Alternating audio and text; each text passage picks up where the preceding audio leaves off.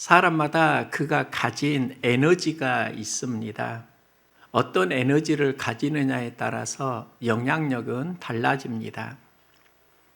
어떤 사람이 공동체에 들어오면 그 공동체가 살아나는 것을 보았습니다. 회복 에너지가 강하기 때문입니다. 이 에너지가 어디에서 오는가? 데이비드 호킨스 박사는 그가 가진 의식 수준에서 온다 이렇게 말합니다. 즉 사람이 어떤 의식을 가지느냐에 따라 에너지가 달라진다는 이야기입니다. 심리학을 보면 인생에서 가장 낮은 에너지를 수치심이라고 합니다. 자기 안에 수치심이 있으면 에너지를 잃습니다. 가장 높은 에너지를 깨달음이라고 합니다. 상황 속에서 깨달음을 얻으면 에너지는 살아납니다. 인생은 수치심이 주도하면 에너지가 약해지고 깨달음이 주도하면 에너지가 살아나는데요. 예수님의 십자가는 우리에게 생명을 줍니다. 왜 생명을 주는 것이지? 히브리 기자는 말합니다. 믿음의 주요 온전하게 하시는 이인 예수를 바라보자. 그는 그 앞에 있는 기쁨을 위하여 십자가를 참으사 부끄러움을 개의치 아니하시더니 하나님 보좌 우편에 앉으셨느니라. 부끄러움을 개의치 아니하셨다. 예수님은 수치심을 이기셨다는 말씀입니다. 그리고 여기에서 믿음의 주 온전하게 하시는 이인 그리스도가 됩니다. 우리는 은혜 받으면 살고 은혜가 없으면 살 수 없다 이렇게 말하는데요. 은혜는 수치심의 인생이 깨달음의 인생으로 전환하는 것을 말합니다. 죄가 있는 곳에 은혜가 있다. 상처가 있는 곳에 은혜가 있다. 죄와 상처는 우리 인생의 수치심입니다. 예수는 우리의 죄와 상처를 십자가에서 짊어지시고 사해 주셨습니다. 그래서 예수의 십자가는 우리에게 은혜가 됩니다. 십자가를 감당한다는 것은 깊이 들어가면 우리가 만나는 상처를 이겨낸다. 우리는 보통 수로보니게 여인의 이야기에서 귀신 들린 딸이 회복되었다. 보편적으로 이걸 은혜라고 생각합니다. 그런데 본문을 보니까 또 하나의 은혜가 있습니다. 수로보니게 여인 그 자신의 회복입니다. 수로보니게는 이방인들이 모여서 살았습니다. 그 당시 유대 사회를 보면 이방인들은 천대무시를 당했습니다. 그러면 그녀는 어려운 상황이고 딸이 귀신 들렸습니다. 우리는 충분히 짐작할 수 있습니다. 이방인으로 살면서 자녀가 귀신 들렸다. 이건 정보지만 그 여인의 삶의 현장에는 많은 어려움이 있었다는 겁니다. 사회에서 무시당하고 가정에서 자녀가 귀신 들렸다면 소망은 사라지는 버거운 삶을 살았습니다. 그러다가 어느 날 예수에 대한 소문을 듣습니다. 예수의 소문을 듣고 곧 와서 이 말씀은 그녀의 삶이 지금 복음에 믿음으로 반응했다는 것을 말합니다. 예수의 소문이 복음입니다. 곧 왔다는 건 믿음의 반응입니다. 환경에 반응하면서 힘겹게 살았던 그녀 인생이 복음에 반응합니다. 그녀가 예수님께 와서 한 일이 그 발 아래에 엎드리니입니다. 이것은 예배자를 의미합니다. 발 앞에 엎드리다, 이게 바로 예배의 의미입니다. 예배 언어가 엎드리다, 엎드려 절하다 이런 의미가 있습니다. 수로보니게 여인이 예수에 대한 소문을 듣습니다. 복음을 듣습니다. 예수님께 곧 나아옵니다. 그리고 그녀가 예배자로 성장해 간다는 겁니다. 예배는 그리스도인이 해야 하는 믿음이고 최고의 반응입니다. 예배는 태도를 포함하고 있습니다. 좋은 예배는 반드시 좋은 태도가 있습니다. 어떤 태도인가? 내가 죽을 때까지 낮아지는 것이 예배입니다. 주님 앞에 내가 엎드립니다. 내가 낮아질 때 주님은 높아지십니다. 말씀이 높아지고 말씀이 나를 이기는 것, 이게 예배 경험입니다. 내가 말씀을 이기는 경험이 있고 말씀이 나를 이기는 경험이 있습니다. 말씀이 나를 이길 때 예배가 됩니다. 승리하는 예배는 내가 말씀을 이기는 게 아니라 말씀이 나를 이기는 겁니다. 그녀는 예수님 앞에 자기 딸에게서 귀신 쫓아내 주시기를 간구합니다. 이것은 중보 기도를 의미합니다. 딸에게 귀신을 쫓아내 주소서. 귀신이 나간다는 건 하나님 나라 회복과 연결할 수 있습니다. 예수님은 그녀의 간구를 들으시고 하나님 나라가 무엇인지를 알려주시는데요. 즉 하나님 나라를 회복해 주시는데 이때 그녀는 도저히 이해할 수 없는 말씀을 듣습니다. 자녀로 먼저 배불리 먹게 할지니 자녀의 떡을 취하여 개들에게 던짐이 마땅치 아니하니라. 여인이 딸에게서 귀신을 쫓아내 주시기를 간구하는데 예수님은 그녀에게 개 이야기를 하십니다. 개들에게 자녀의 떡을 주는 것이 합당치 아니하다. 이게 단순한 이야기가 아닙니다. 개에는 사연이 있고 스토리가 있습니다. 그녀의 상처와 트라우마를 건드는 이야기입니다. 그녀는 예수에 대한 소문 들었습니다. 예수님은 인자하시고 병을 고치고 많은 이적을 행하신다. 그 소식을 듣고 예수님 앞에 왔는데 예수님은 그 수로보니게 여인의 아픔과 상처를 건드는 겁니다. 개 이야기는 이방인으로 살아오면서 그녀가 경험한 상처입니다. 당시 이방인은 사회에서 개 취급을 받았습니다. 그러면 개는 그녀에게 트라우마인데 예수님은 그녀의 트라우마를 건드는 겁니다. 우리도 생각을 해보면 내가 가장 듣기 싫어하고 들을 수 없는 개 이야기가 있습니다. 상처를 주는 이야기가 있습니다. 그런데 예수님은 그 상처를 건드시는 겁니다. 이때 우리는 어떻게 반응을 하는가? 보통 우리는 내 인생의 걸림돌을 어디에서 만나는가? 대부분 상처에서 만납니다. 상처는 우리 인생에 가장 많이 걸리는 걸림돌입니다. 그런데 예수님이 그 상처 이야기를 하고 계신다는 겁니다.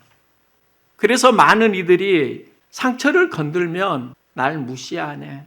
예수님도 날 개로 여기고 무시하네. 그러면서 나 교회 떠날 거야. 사실 여러 이유가 있지만 교회를 떠나거나 신앙을 힘들어하는 이유는 내 안에 누군가 상처를 건들게 했다는 겁니다. 개 이야기를 듣고 내 삶에 걸림돌을 만날 때 그 개 이야기는 더 큰 상처로 나에게 자리 잡습니다. 내가 감당할 수 있으면 상처는 치료가 되는데 그게 반복되면서 나는 이제 더 감당할 수 없는 더 큰 상처로 그게 내 안에 굳어진다는 겁니다.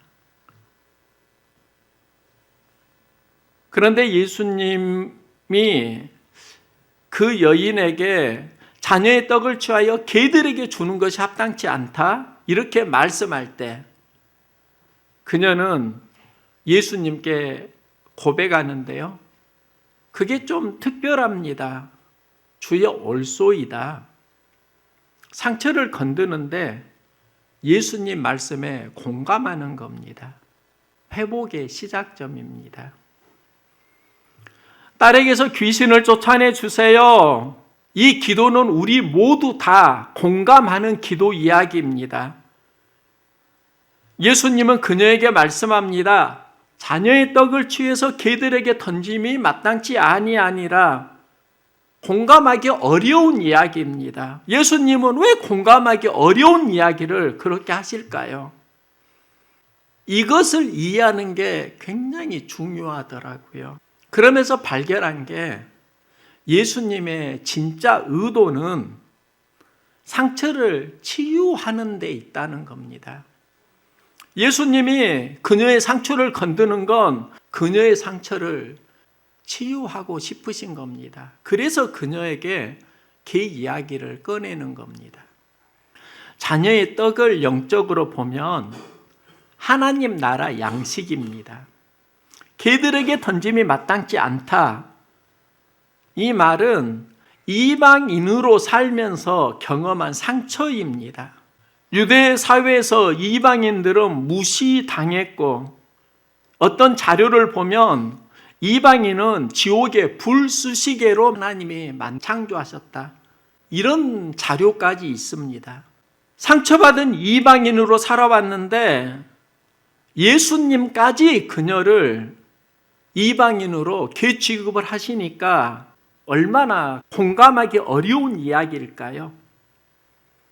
그런데 예수님의 진의가 나는 너에게 떡을 주길 원한다입니다. 은혜를 베풀길 원한다입니다.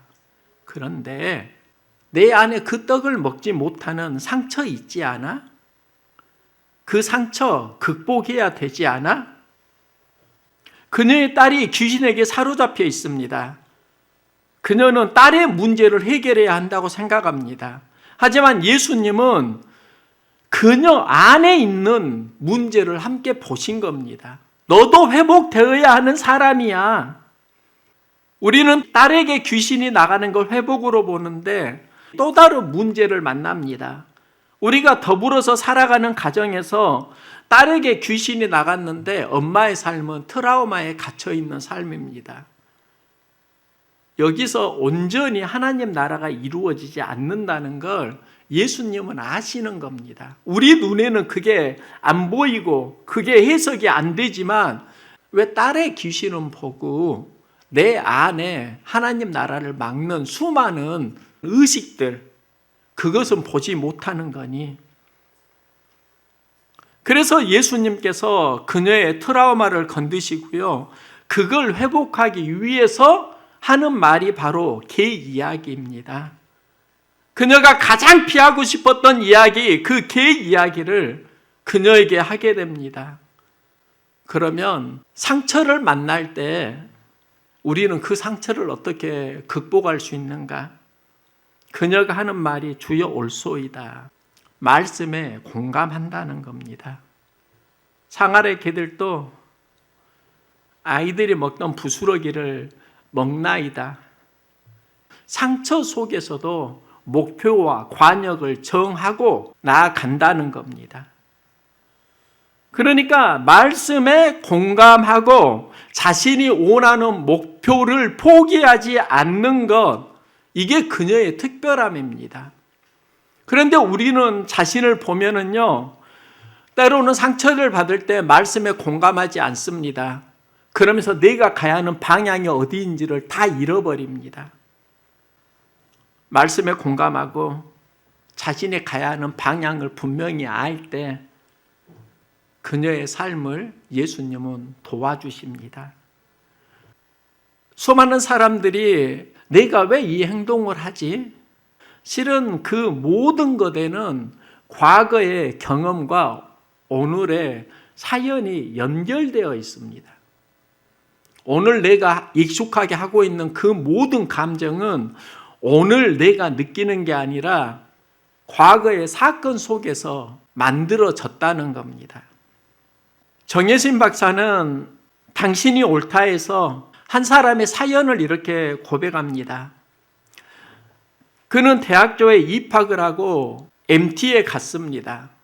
그곳에서 한 여학생이 물에 빠져 생명의 위협을 느끼는 사건을 경험합니다. 그러니까 남학생들이 그 여학생에게 달려가서 그 여학생을 구해 주었습니다. 그런데 한 남학생은 그곳에 들어가지 못했고 자신만 그녀를 도와주지 못했다? 그러면서 죄책감, 자책감을 느낍니다. 스스로 비겁했다고 자책하면서 살아갑니다. 그러다가 결혼을 하고 두 아이를 키우는 아빠가 되었습니다. 그녀는 아빠가 되고 아이들이 자유롭게 커야 한다. 이런 생각에 원하지 않으면 과외도 학원도 보내지 않았습니다. 그런데 자녀들에게 강제로 반드시 가르쳤던 게 바로 수영입니다. 그가 남자로서 수영 때문에 해야 될 역할을 할 수 없다면 그는 행복하게 살 수 없다. 그리고 수영 강습에 빠지면은 자꾸 화를 냈습니다. 그런데 이 이야기를 정혜신 박사는 이렇게 말합니다. 상처를 가지면 합리적인 사고가 작동하지 않는다. 수영을 배워야 하는 사람은 그 두 아들이 아니라 정작 자신인데 왜 자신은 그걸 못 배우고 두 아들에게 수영을 가르치는가?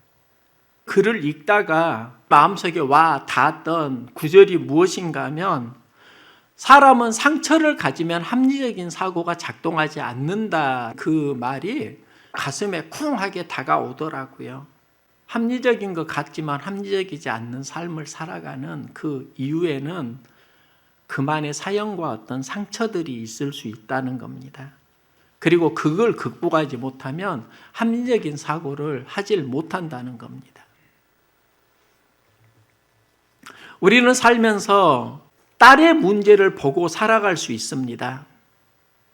수로보니게 여인은 평생을 딸의 문제를 보면서 살아왔습니다. 더러운 귀신에 들려서 그걸 고치기 위해 수고를 했습니다. 그런데 자신의 문제는 보질 못했습니다. 신앙생활을 하면서 수많은 상처와 아픔을 만나게 되는데요. 그것은 회복의 선물이 될 수도 있습니다. 제가 얼마 전에 아내와 함께 창원에 다녀왔습니다. 주일 예배를 드리고 가는데 3시간, 오는데 3시간. 그리고 그곳에서 목사님과 5시간을 이야기를 나누고 집에 새벽에 도착을 했습니다. 목사님 앞에서 아내와 나는 많은 이야기를 나누었는데요. 돌아오면서 아내가 했던 이야기가 있습니다. 당신을 이해할 수 있을 것 같아. 그러면서 차를 타고 오는데 계속 손을 잡아주었습니다. 사실 전에는 이해하기 어렵다라는 말을 아내에게 들었습니다. 그런데 그날은 왜 나를 이해한다고 했을까? 이유는 들어주었기 때문입니다. 이게 역설이지만 진실입니다. 우리가 들어주질 못해서 문제가 되는 경우가 많이 있습니다. 그래서 조심스럽게 기도합니다.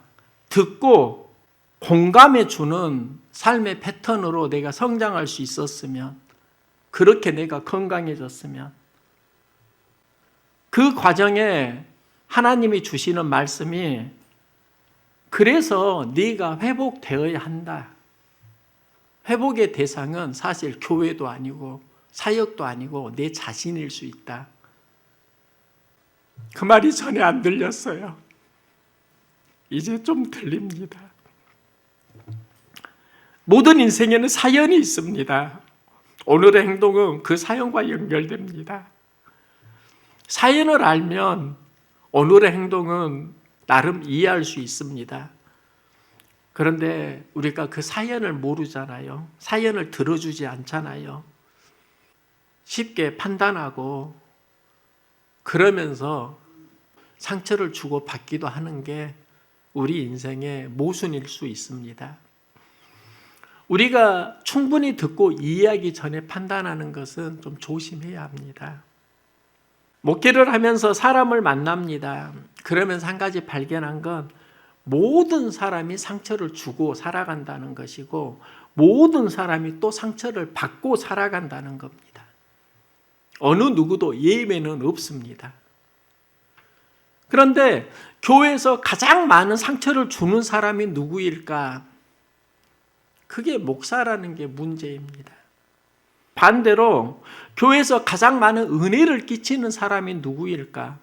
저는 그것도 목사라고 봅니다. 그러면 일을 하는 모든 현장에는 은혜와 상처가 함께 있다는 겁니다. 그런데 여기에서 시험이 드는 경우가 있는데 또 여기에서 은혜를 받는 경우가 있는데 상처를 만날 때 깨달음을 얻는 게 은혜더라고요. 이게 안 될 때 시험이더라고요. 그러니까 은혜와 시험은 따로 존재하는 게 아니라 어떻게 보면 함께 공존합니다. 그런데 어떤 사람은 그 속에서 시험에 들기도 하고 또 어떤 사람은 그 속에서 은혜를 받기로 하는데 왜 어떤 이는 은혜를 받고 어떤 이는 상처를 받지? 깨달음을 얻으면 은혜가 되고요.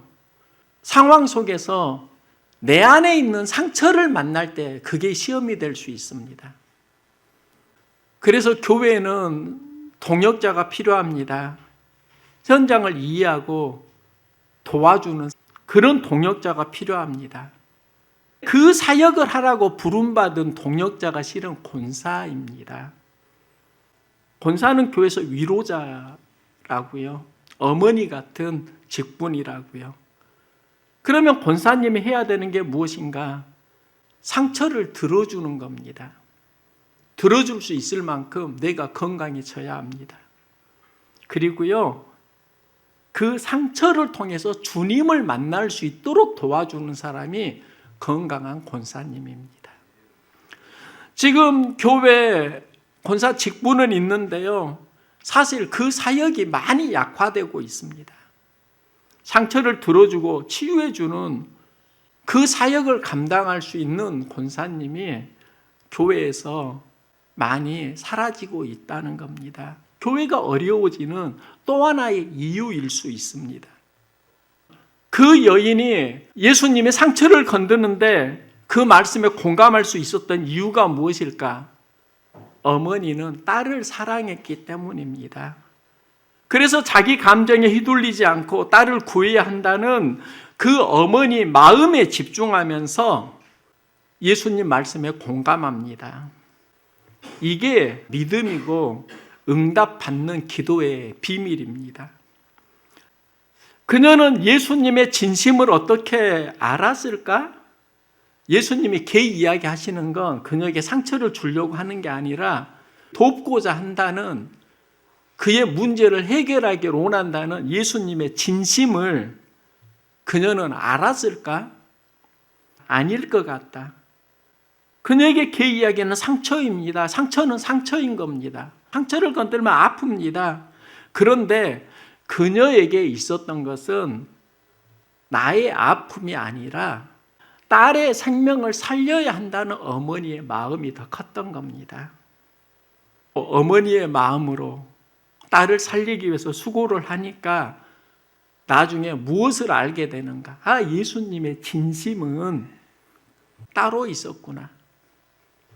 나에게 상처를 주는 게 아니라 상처를 회복하기를 원하시는 게 예수님의 진심이었구나. 그걸 알아가는 겁니다. 성경을 보면 예수께서 이르시되 이 말을 하였으니 돌아가라, 귀신이 내 딸에게서 나갔느니라. 여인이 했던 이 말이 무엇입니까?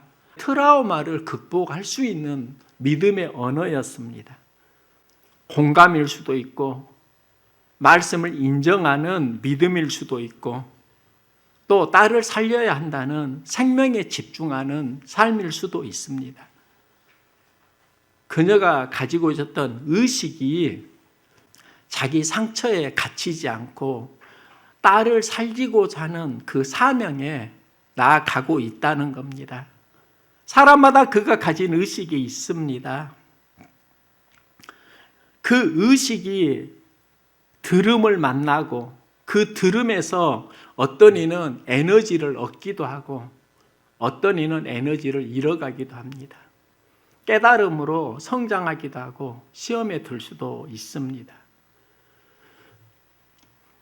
그러면 그녀가 의식했던 게 무엇인가? 상처를 이기고 생명을 살리기 위해서 그녀가 품었던 게 무엇인가? 그게 은혜인데 그 은혜가 부스러기 은혜입니다. 큰 은혜가 아니라 부스러기 은혜입니다. 우리는 자꾸 큰 은혜를 구하려고 하고 큰 은혜가 나에게 이루어지지 않을 때 실망하곤 합니다. 그런데 부스러기 은혜도 생명을 살리는 하나님의 권능이 있습니다. 모든 상황에는 의식에 따라서 부스러기 은혜는 모두 다 만날 수 있습니다. 제가 교회 사역자인데요. 그리고 치유하는 그런 사역자가 되고 싶은 소망이 있습니다. 그런데 치유를 하기를 원하면서 교회에서 가장 상처받은 사람이 누구일까? 내 자신일 수 있겠다. 교회 개척을 하면서 상처를 가장 많이 받은 사람 나예요. 또 상처를 가장 많이 준 사람도 나예요. 나는 그것을 믿음으로 감당했다고 생각을 했는데 하나님께서는 지금 회복되어야 하는 사람이 바로 내 자신이다. 그리고 교회를 지키기 위해서 가장 중요한 일이다. 마음을 주시는 건 사실입니다. 지금 좀 혼돈이 많아요. 정리가 안 되고 내면화가 안 되었는데 내가 그동안 가지고 있었던 견고한 무엇에 지금 틈이 가고 있는 건 분명한 것 같습니다. 엄청난 지각 변동을 경험하고 있습니다. 상처가 회복된 후에 그 상처가 추억되기를 소망합니다. 그녀에게 그 이야기는 예수를 통해서 만나는 상처인데 딸이 고침을 받는 매개체가 됩니다. 그녀에게 있었던 그 이야기는 예수님을 통해서 딸을 살리는 추억이 됩니다. 이런 체험들이 많아지기를 소망합니다. 상처에서 예수를 만날 때 상처는 추억이 되어지고 추억이 건강한 사람이 삶이 건강한 사람이 됩니다. 상처에서 시험 드는 사람이 너무나 많아요. 상처에서 예수 만나는 사람도 있습니다. 예수 만나는 은혜가 회복되고 상처가 추억되고 상처의 치유자의 삶을 예수님처럼 살아갈 수 있기를 소망합니다.